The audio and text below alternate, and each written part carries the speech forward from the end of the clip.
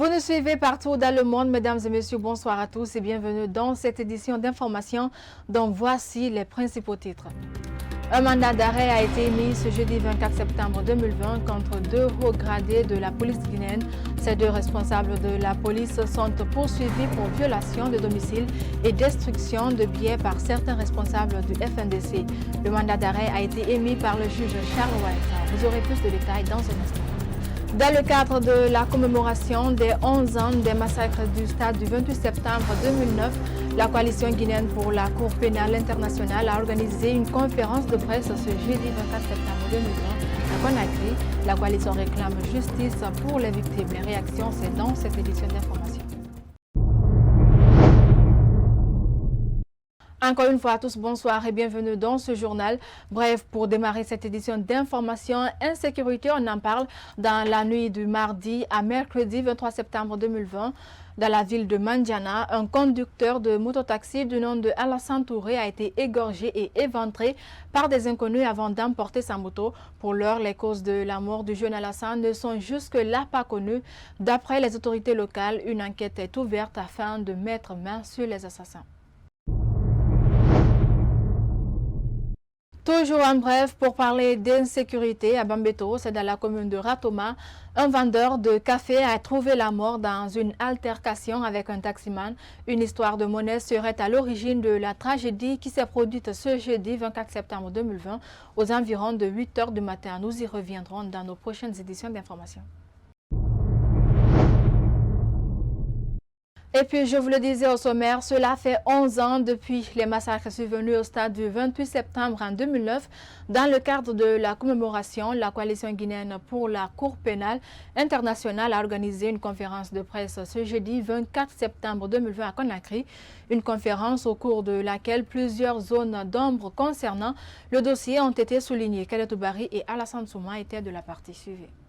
11 ans après les massacres du stade du 28 septembre 2009, les victimes réclament toujours justice. C'est dans cette optique que les membres de la coalition guinéenne pour la Cour pénale internationale ont rappelé aux autorités la nécessité de faire la lumière autour du dossier.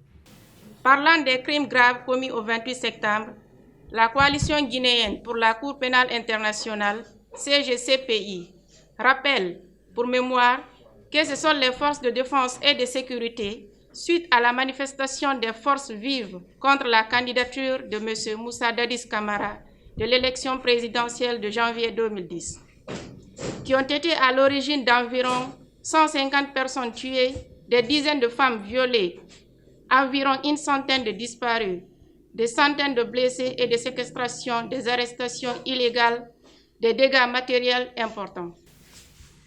Après 11 ans des massacres, si l'information a été clôturée depuis le 25 juin 2019, par devant la Cour suprême avec 13 accusés, environ 430 victimes entendues, 15 témoins auditionnés et la mise en place du comité de pilotage pour la tenue du procès.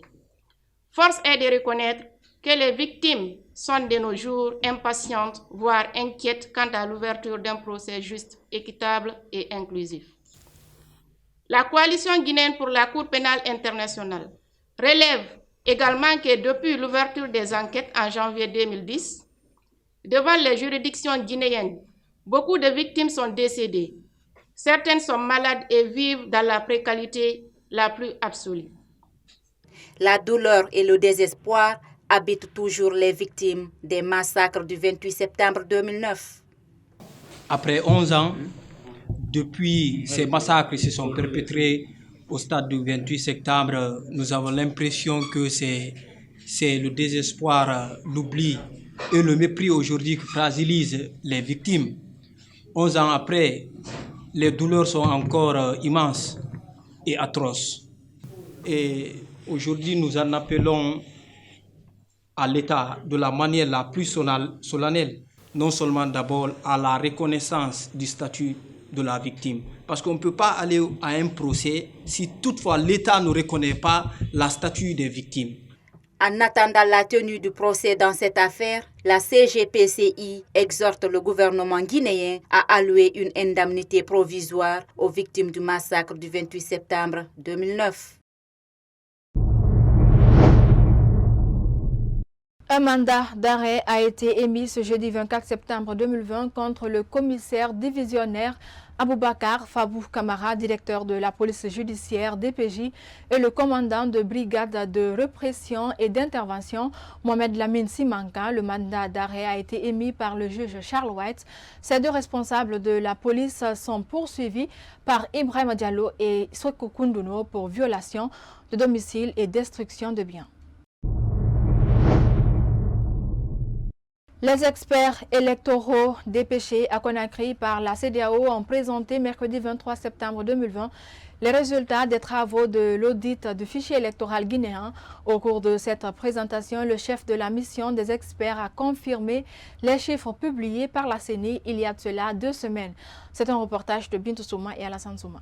Pendant un mois, 3 experts de la CEDEAO ont procédé à l'assainissement du fichier électoral. Au cours du processus d'exfiltration des doublons, les recommandations faites à la CENI ont été prises en compte selon le général Francis Béanzin.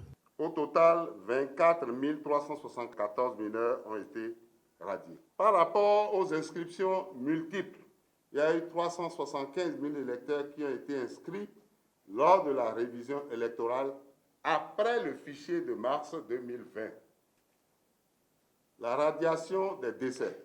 Il y a eu 2158 fiches de radiation de décès constatées. Globalement, après les consolidations et à l'issue de la révision exceptionnelle de juillet-août 2020, le fichier brut est passé de 5 323 679 électeurs à 5 699 677 enregistrements. Des représentants des partis de l'opposition et de la mouvance ont pris part également à cette cérémonie de présentation des conclusions de l'audit du fichier. Dans la foulée, l'opposition n'a pas manqué d'afficher sa déception. Il faut dire que dès l'entrée de jeu, ce travail qui a été fait, c'est un travail solitairement fait parce que la CEDEAO, dans sa démarche, n'a pas décliné de termes de référence, n'a pas associé les partis politiques à ce travail-là. Et vous savez que cette activité qui a été menée fait suite au rapport d'audit du fichier électoral mené en 2018 sur la base de l'accord politique du 12 octobre 2016. Maintenant, pour que le fichier soit accepté par l'UFDG, il faut le confier par Ella Seloudalé et sa famille pour qu'ils acceptent. Quelle est la région de la Moyenne Guinée qui est le fief principal de l'UFDG où il y a un district qui a plus de 5000 habitants? Il n'y en a pas. Quel est le village qui attire tous les Guinéens? Il n'y en a pas. Mais allez-y en Guinée forestière et en Haute-Guinée. Il y a les villages agro-pastoraux, il y a les villages miniers qui sont visibles. Tous les Guinéens le savent très bien. Mais en Moyenne Guinée, il n'y en a pas. Mais pourquoi on ne conteste pas le résultat de Ratoma? Tout le monde sait que Matoto est la plus grande circonscription électorale de la République de Guinée. Mais aujourd'hui, sur ces fichiers, c'est Ratoma. Selon l'organe en charge des élections en Guinée, seules les nouvelles cartes d'électeurs seront valables pour le vote du 18 octobre 2020. Justement, Bintou fait le dire, une batterie des organisations de la société civile guinéenne accompagne la CENI dans le cadre de certifier la crédibilité et la fiabilité du scrutin présidentiel du 18 octobre 2020. C'est le cas du CNOSC qui s'active sur le terrain pour apaiser les esprits. Suivez. J'ai trouvé le résultat positif et avec des avancées importantes. L'essentiel des questions qui rendaient le fichier nauséabond ont été abordées par les experts de la CEDEAO et les statistiques qui y sortent sont suffisamment encourageantes. Et le deuxième constat, le plus important, c'est le taux de fiabilité du fichier qui a connu une avancée importante entre la population générale et la population électorale.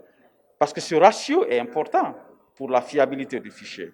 Nous demandons aux acteurs politiques de sortir dans la stratégie de victimisation. En réalité, le fichier est une entreprise continue. Sa purification ne peut pas se faire à une seule élection, mais c'est un ensemble d'élections et le respect d'un ensemble d'opérations, dont la révision ordinaire du fichier électoral. Le dernier message, le fichier lui seul ne suffit pas pour rendre les élections crédibles. La distribution des cartes d'électeurs est une autre épreuve importante. Parce que le fichier, c'est des données numériques, la carte d'électeur, c'est des données physiques. Si vous êtes dans le fichier et vous n'avez pas de carte d'électeur, vous n'êtes pas un électeur. Donc je demande aux partis politiques, au lieu de porter des gants déjà pour attaquer la CEDEAO, qu'ils mobilisent leurs forces pour que leurs militants aient accès à leur carte d'électeur. Et moi, le message que je vais lancer à l'ensemble des citoyens guinéens, quand vous regardez les statistiques, elles représentent plus de 60% de l'électorat. Les femmes, 53% de l'électorat. Et c'est les deux couches les plus vulnérables. C'est les plus pauvres. C'est les plus marginalisés, c'est les plus martyrisés par les politiques. Je leur demande une révolution de conscience. Justement, certains citoyens de Conakry rencontrés ce jeudi 24 septembre 2020 donnaient leur avis sur l'opération de distribution des cartes d'électeurs et le fichier électoral suivi. J'ai bien reçu ma carte. La dernière fois, l'élection du 22, je n'avais pas ma carte. Je n'ai pas refait non plus l'enrôlement. Et bizarrement, cette fois-ci, j'ai ma carte. Et c'est une surprise parce que la première fois, je n'avais pas récupéré ma carte après l'enrôlement. C'était désespéré. Mais j'ai reçu ma carte cette fois-ci. Je suis venu chercher ma carte d'électeur et je suis parti dans 3 endroits différents. Mais je ne vois pas ma carte. Pourtant, c'est quand tu auras ta carte que tu pourras voter pour ton candidat. Maintenant, cela fait 1 semaine que je cherche mais rien. Moi,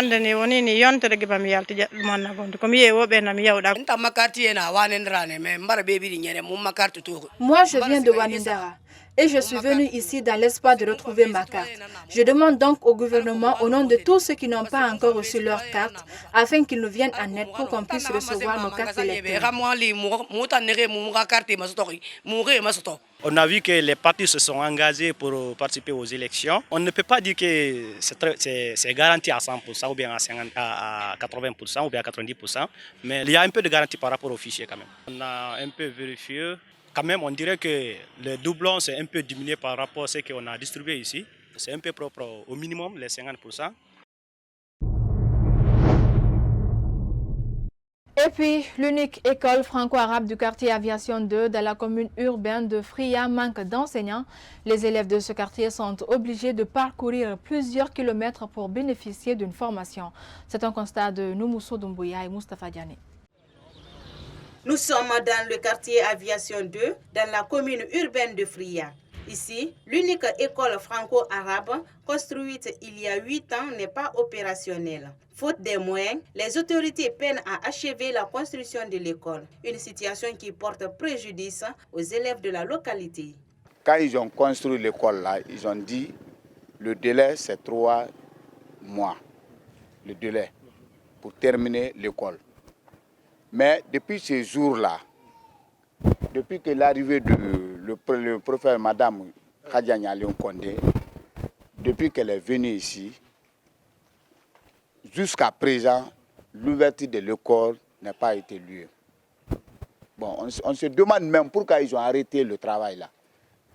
Parce que le travail, vous-même, vous avez vu l'école. Jusqu'à présent, on ne connaît même pas comment ils ont arrêté le travail de l'école.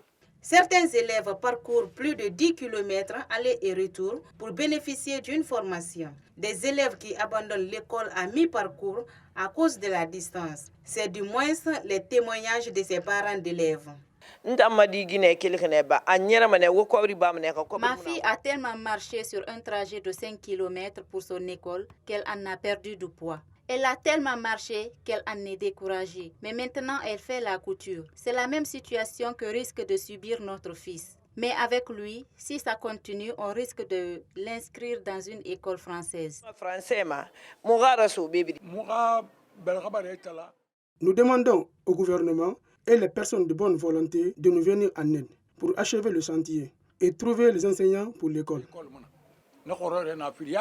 Fria, tout comme la plupart des préfectures de l'intérieur du pays, dispose des écoles sans enseignants. Une situation qui affecte dangereusement le système éducatif guinéen.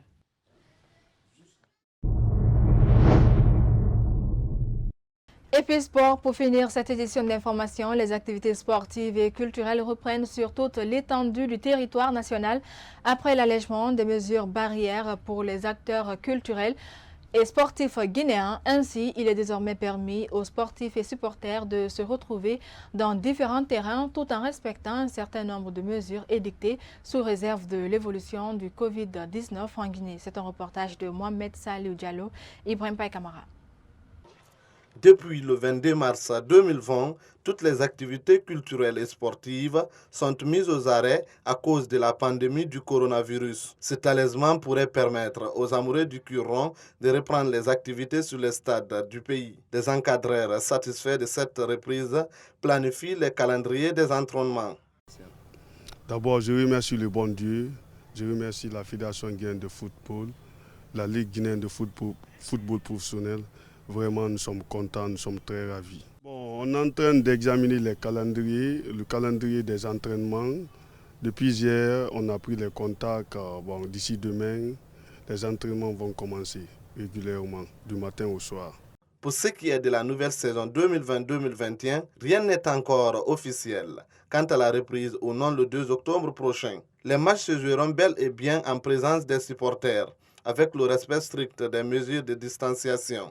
Bon, vous savez, à l'heure actuelle, d'ailleurs, depuis 10 heures, il y a une réunion extraordinaire qui se tient au siège de la Ligue entre les clubs de Ligue 1, Ligue 2 amateurs et le bureau exécutif de la Ligue professionnelle pour voir dans quelle mesure la relance des compétitions va se faire et quelles sont les mesures à prendre parce que la CAF a envoyé une série de recommandations en liaison avec l'Organisation mondiale de la santé et la commission médicale de la CAF par rapport au problème que vous évoquez, c'est-à-dire le contrôle des supporters, des sportifs avant, pendant et après les différentes compétitions et la configuration des stades, quelles sont les mesures à prendre pour prévenir les contacts et surtout la contamination des supporters, des journalistes sportifs et des officiels des matchs.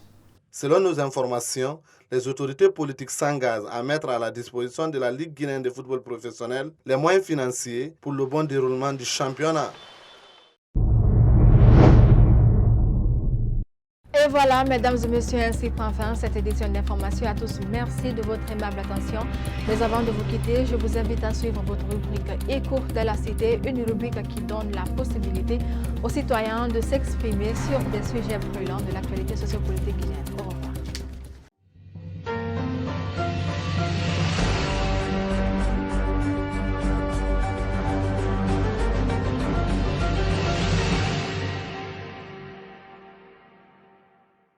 Il n'y a pas autre chose à faire pour gagner de l'argent et puis continuer mes études. J'ai laissé tout ça, je viens dans notre ville même qu'on a créé pour chercher du boulot. Mais je peux dire, j'ai presque père de famille, mais il n'y a pas de boulot à faire. Il n'y a rien à faire. Il n'y a pas de travail. C'est ça que je condis chaque jour. Selon moi, l'avis sur le chômage des jeunes Guinéens, bon, je peux dire d'une part, il y a la part de l'État et d'autre part, il y a la responsabilité de la jeunesse aussi. Vu que quand la plupart des jeunes, quand ils sortent de l'université, tu vas voir d'autres, ils vont, au lieu de chercher de l'emploi, ils ne cherchent pas l'emploi, ils vont commencer à venir dans les cafés-bars et faire d'autres activités. Et l'État aussi, l'État ne s'engage pas. Par exemple, quand on prend d'autres pays, quand les étudiants finissent les études, automatiquement, il y a automatiquement qu'on appelle un système qui est là, qui est mis en place pour venir en aide qu'on appelle les jeunes sortant de l'université. Nous, depuis qu'on a terminé, ça fait au moins 3 à 4 ans. On ne travaille pas de travail. On a faufilé dans les coins, ils ne nous ont pas pris.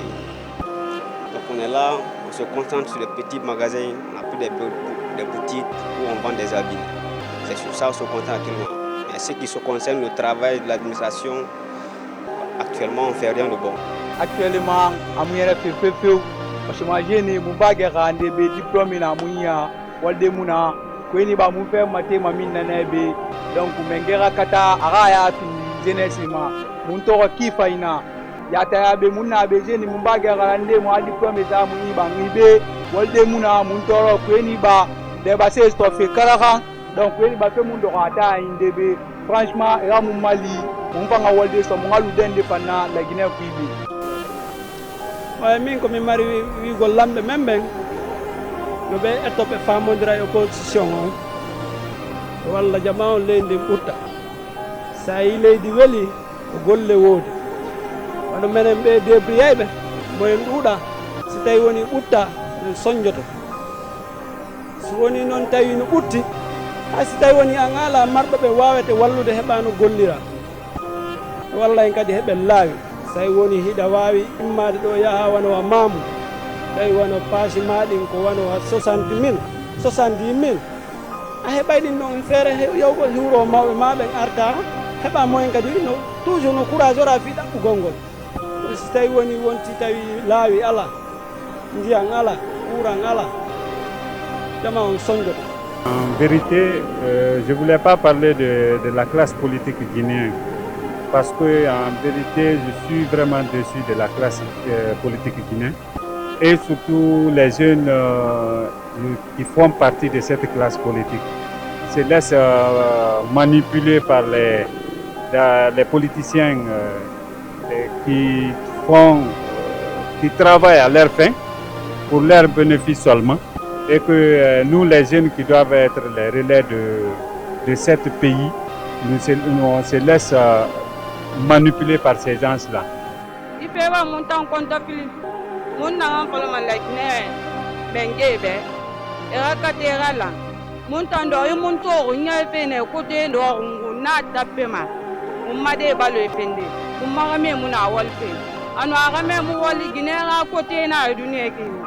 Dena munye muna karampe e balwe sa pepe karan kuyengi ba munere matoto ku woro han kwa sa so mengera mun malara mun bayu konta pili tannanan nambe do haray min ko mi yi do fi o tundo wano lambe ben be jamfike jamma o e hore jamfa honnu kan jamfa si a wi a waɗanay goɗɗo hunde hiɗa duwa wadde feccere nde hay sa inna waɗay fuu kono ta wawi wadde seeɗa par ce que fi honno daari wano hande menen men fokkiti ɗo laawo kindiya ɗo ɓe lanci laawol ngo foppo ɓe bonni na fewndo ɗo ɓe waɗayno ɗum ɓe accayno hara ko bete hara ko ceeɗu ɓe waɗa ɗon bete ndukkungu tampinayno kono koko hawri kono loope sa yiwu coko cakare loope mo innuma ɗon ko laawol natirgol ko nakiri ni si tawi komo a anda a wiyay ko fenani par ce que ni sarde fof no jiiɓi golle ala yiɓe wadde ko ɓe faala kono ɓe wi'i mo innima aduna lanni ɓe wonɓe yeeso amen ton ɓe wi'i men aduna lanni minen kadi mi wiyay ɓe awa si goɗɗo innima anna lanni taw sonku par ce que si anna lanni yonda yo si sar nde satti yonda en en fof hara min ko ɗum ɗon mi mari komi holla nagan toroxuy mo xaade doxuy e mu xaram fee mo waxame mu wal fee kobur mu nana sese kona kiri xoyxoxuy male sare teexi a bidin teexi. D'abord, toutes les routes sont dégradées. Et moi qui suis devant vous, je suis enseignant de profession, j'évolue dans les privés. Mais l'État n'a rien fait par rapport aux mesures d'accompagnement, surtout sur la situation des enseignants privés. Et sur tous les plans, par exemple, rien ne marche. Moi, ce que j'aurais souhaité et ce que je demanderais surtout à monsieur le professeur Alpha Condé, c'est de laisser maintenant le pouvoir à la jeune génération pour voir comment est-ce que vraiment ça va évoluer encore avec la jeunesse. La Guinée, c'est un pays de paix. Depuis l'indépendance jusqu'à nos jours, il y a toujours eu des petits soucis, mais finalement on finit toujours autour de la table pour trouver un consensus. Et je sais que ce problème va trouver solution aussi autour de la table. Actuellement, il y a une crise au sein de la classe politique. Donc nous souhaitons vraiment que, et aux côtés de la mouvance présidentielle et de l'opposition républicaine, qui viennent autour de la table pour trouver un consensus, pour décrisper la crise. Parce que personne de nous ne va gagner si notre pays brûle. Donc je pense que nous devons privilégier le dialogue et pour aller en avant.